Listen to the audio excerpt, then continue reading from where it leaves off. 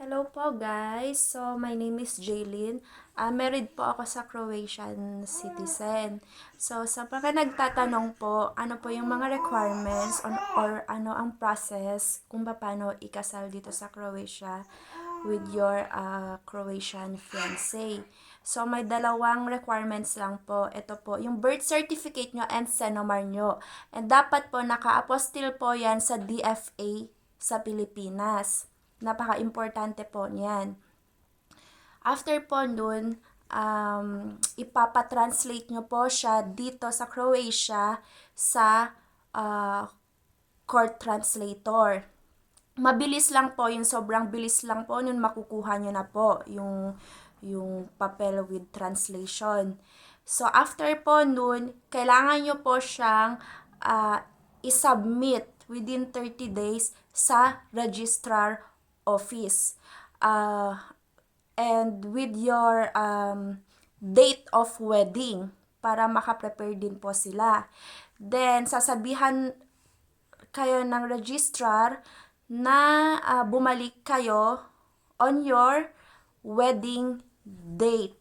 So, pagkatapos nyo pa-submit yun, sobrang dali lang po. Babalik na kayo on your wedding date.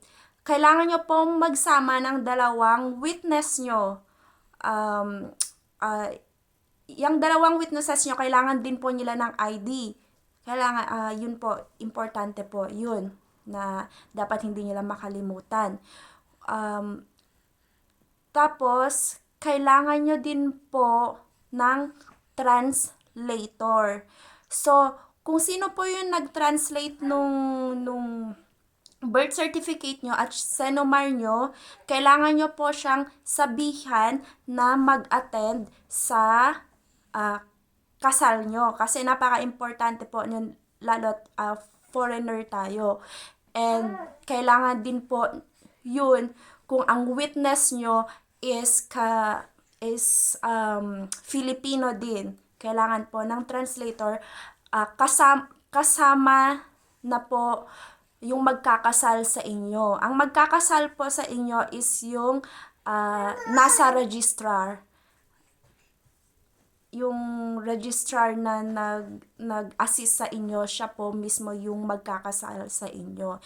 Then, after everything, napaka-easy lang po, napaka-smooth lang po. Tapos na. After nun, tapos na. Then, may ibibigay na siyang papel sa inyo.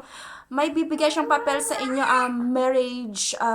marriage certificate, ganon, na kailangan nyong ipasa sa police. Kasi may administration ng police na magre-register sa'yo, para may free of stay ka dito sa Croatia with 2 years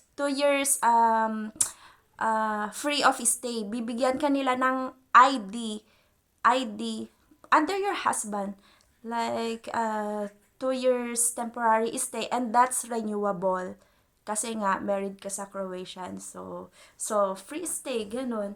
Yun lang po yung mga process na yun. About sa nagastos naman namin is sobrang mura lang, like hindi umabot ng 100 euro yung mga papel. So, ganun, yun lang po, napakasimple lang po. Hindi po komplikado kasi may mga ibang nagsasabi na napaka-komplikado ng requirements, but that's not true. Okay, salamat po sa pakikinig. Sana po nagustuhan nyo.